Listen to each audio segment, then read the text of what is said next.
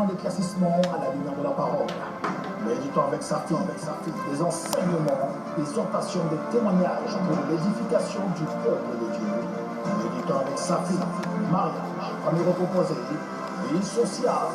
Méditons avec sa fille, une émission qui impacte et qui contribue à ce que nous puissions atteindre cette maturité en Christ, qui est la base de notre appel. Méditons avec sa fille. Vous connaîtrez la vérité et la vérité vous rendra libre.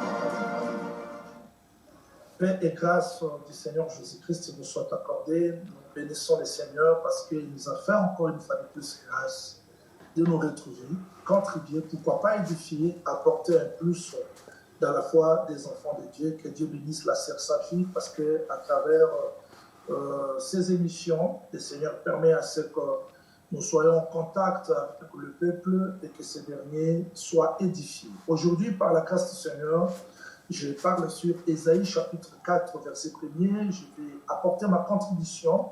Le texte dit « Et 7 femmes saisiront en ces jours un seul âme et diront « Nous mangerons notre pain et nous nous vêtirons de nos habits. Fais-nous seulement porter ton nom, enlève notre opprobre. » Moi, je crois que ce verset, quand le prophète Isaïe parlait, il voyait seulement un seul homme. Un seul homme, mais plusieurs femmes. Avant d'expliquer ce verset, je vais tout d'abord montrer le seul homme dont le bien-aimé Isaïe parle pour nous aujourd'hui, c'est le Seigneur Jésus-Christ. C'est lui le seul homme que Pilate a présenté. Voici l'homme. Et c'est lui l'époux. Pourquoi il prend la forme de l'homme? Parce que c'est de lui que nos désirs partent. Nous prions chaque fois, c'est lui l'homme. Et pourquoi il parle de la femme? Parce que la femme, c'est la dépendance. Et pourquoi le chiffre 7? Je dois parler que le chiffre 7, c'est un langage. Il n'y a pas les 7 femmes comme ça. Il n'y a pas les 7 femmes comme ça, 1, 2, 3, 4, 5, 6, 7, mais c'est un langage. Dans le livre d'Apocalypse, chapitre 1er, quand vous commencez par le verset 8 jusqu'à 12e, vous allez voir comment est-ce que le bien-aimé Jean dit « Je m'étais retourné pour voir l'homme qui marchait au milieu de 7 chandeliers. » Et dans le verset 19-20, on explique que les 7 chandeliers-là, ce sont les 7 églises. En réalité, le chiffre 7, ça parle de la perfection, de l'achèvement. C'est-à-dire Dieu prend les femmes, il les montre dans un langage de la perfection. C'est-à-dire que si nous sommes femmes, si nous sommes église, nous sommes représentés par le chiffre 7. Mais faites attention. Ici, il est question de femmes que le mari n'a pas aimées. Prophète Jean-Luc, pourquoi tu dis que les 7 églises, les églises sont représentées par le chiffre 7, et alors que les 7 femmes ici, le mari ne les a pas aimées? Est-ce que Christ n'a pas aimé l'église? Non. Balaam, pour maudire Israël, il bâtit cet autel en imitation du véritable. C'est-à-dire que le diable, c'est un imitateur. Seigneur a sa femme, le diable aussi a formé ses femmes. Voilà pourquoi vous allez voir dans le livre d'Apocalypse chapitre 21, le bien-aimé Jean voit une ville qui descendait du ciel. C'était comme une femme. C'était l'épouse du Seigneur. Mais dans l'Apocalypse 17, vous verrez aussi une femme qui était égale à la ville. Mais cette ville, c'était Babylone la Grande. C'est aussi une femme. Vous voyez, la femme égale à la ville, la femme égale à la ville. Mais la véritable femme, c'est la femme de l'Apocalypse 21 qui est l'épouse du Seigneur. Et celle de l'Apocalypse 17, c'est en imitation. C'est ce que le bien-aimé Paul nous a dit, que si le diable se déguise en âge de lumière, ses serviteurs aussi peuvent se déguiser en serviteurs de Christ. Donc le chiffre 7 ici représente toutes les fausses églises. Je précise bien, parce que Christ, l'homme, n'a pas cherché ces femmes. Ce sont ces femmes qui cherchent à saisir un seul homme ce jour-là, en imitation. Elles imitent la véritable femme. Alors, si tu vois une femme chercher l'homme, c'est-à-dire que l'homme l'a cherché.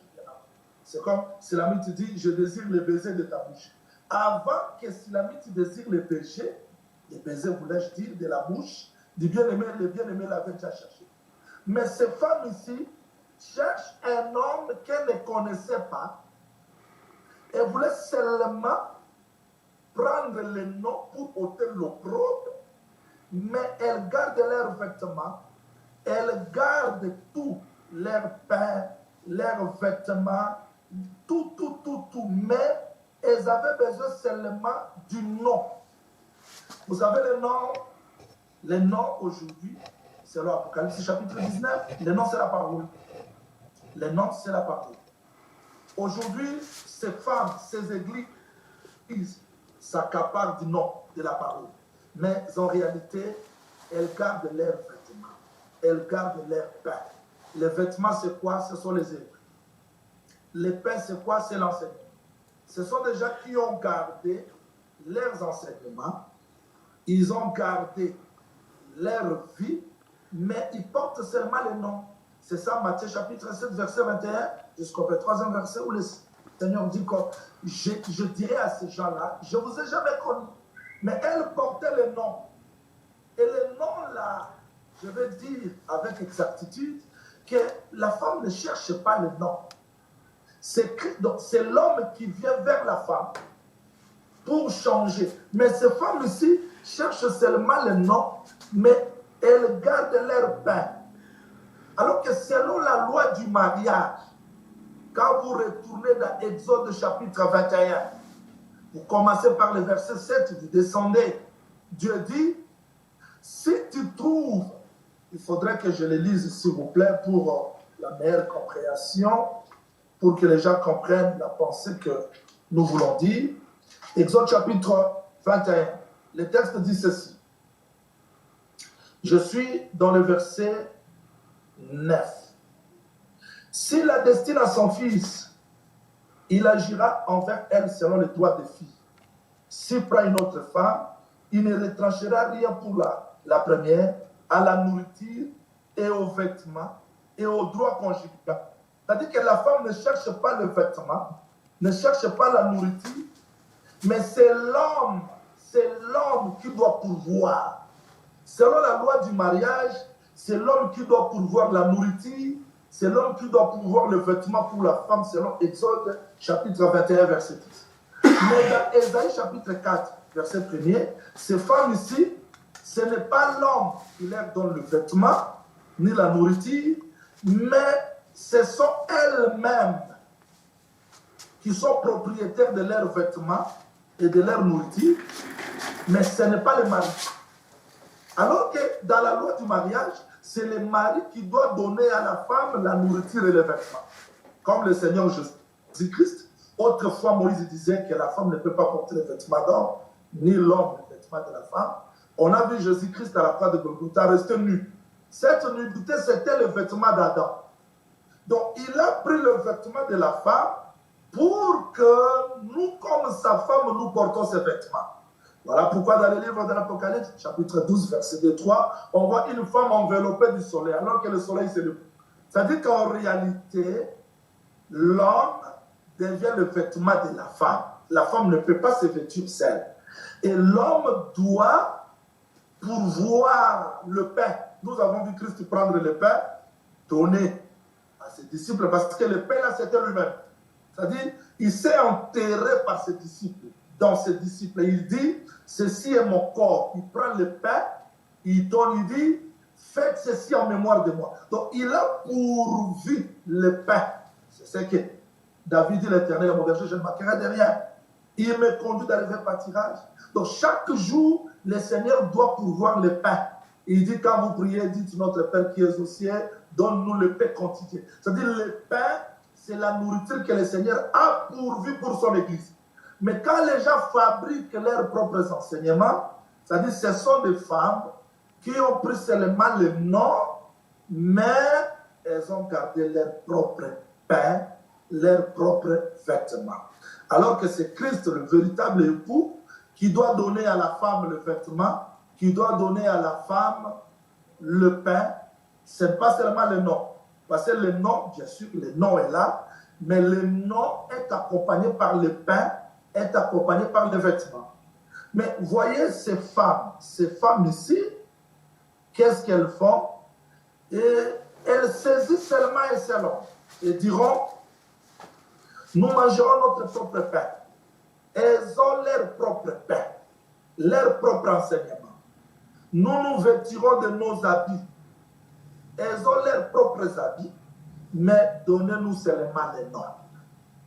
Donc le Seigneur, à travers cet enseignement, il veut nous interpeller que ne restons pas seulement par les noms, mais aussi que notre vêtement, c'est-à-dire nos vies, et que l'enseignement que nous donnons soit réellement ce qui vient du mari, non l'enseignement qui vient de la femme.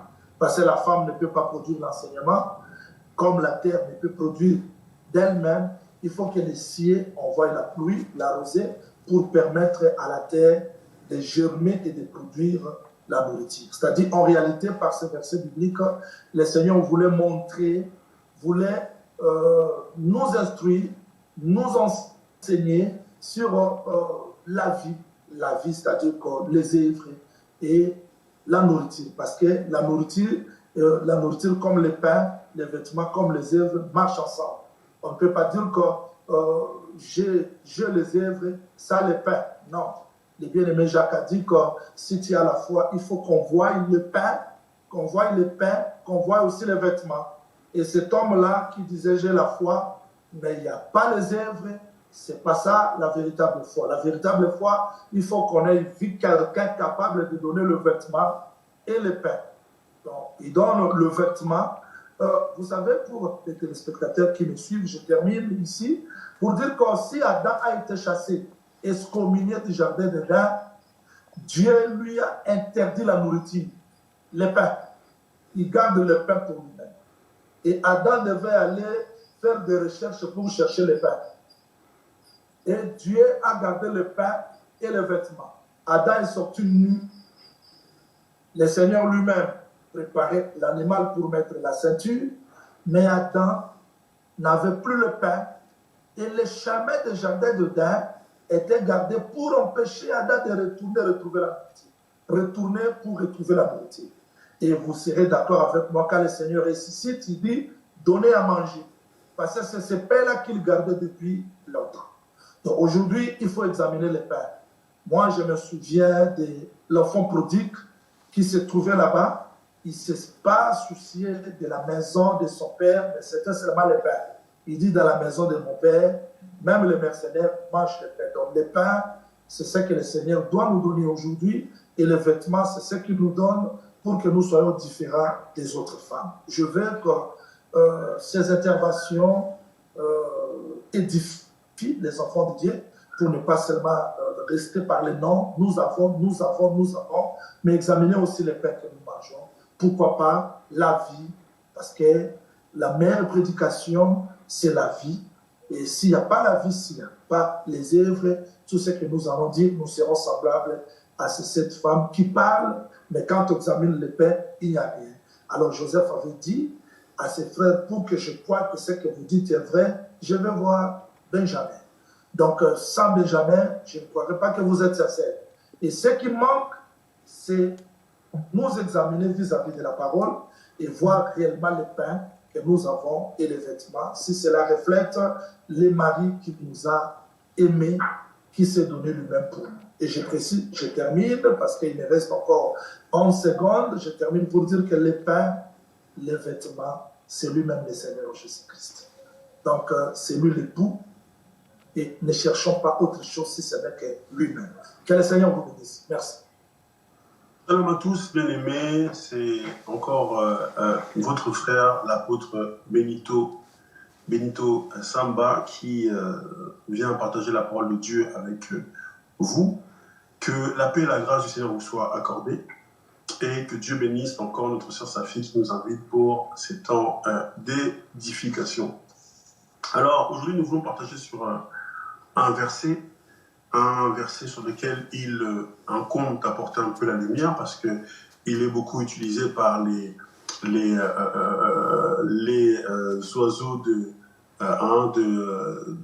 mauvais augure, les oiseaux de mauvais augure, beaucoup utilisés par les pendants de mauvaises et de fausses doctrines, qui utilisent la parole de Dieu et en font un sujet d'interprétation personnelle, ce que Pierre a avec véhémence interdit et défendu. Nous ne faisons pas des Écritures un sujet d'interprétation personnelle. Alors, nous voulons apporter la lumière sur ce verset qui n'est autre que situé dans le livre de Ésaïe 4. Ésaïe 4 au verset 1er. Alors, Ésaïe 4 verset 1 nous dit « Et cette femme saisiront en ce jour un seul homme et diront « Nous mangerons notre pain et nous nous vêtirons de nos habits. Fais-nous seulement porter ton nom et enlève notre opprobre. » Ok? C'est le récit ici d'un temps où des femmes n'auront pas la crainte de vouloir épouser le même homme. Donc ici, il est question, en d'autres termes, en fait, de polygamie.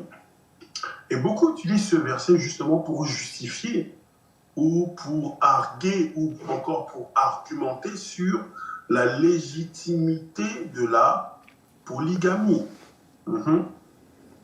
Et dans un premier temps, nous voulons justement faire comprendre que cette manière de penser ce verset est totalement erronée. Ce verset ne fait pas la promotion de la polygamie. Ce verset n'encourage pas à la polygamie.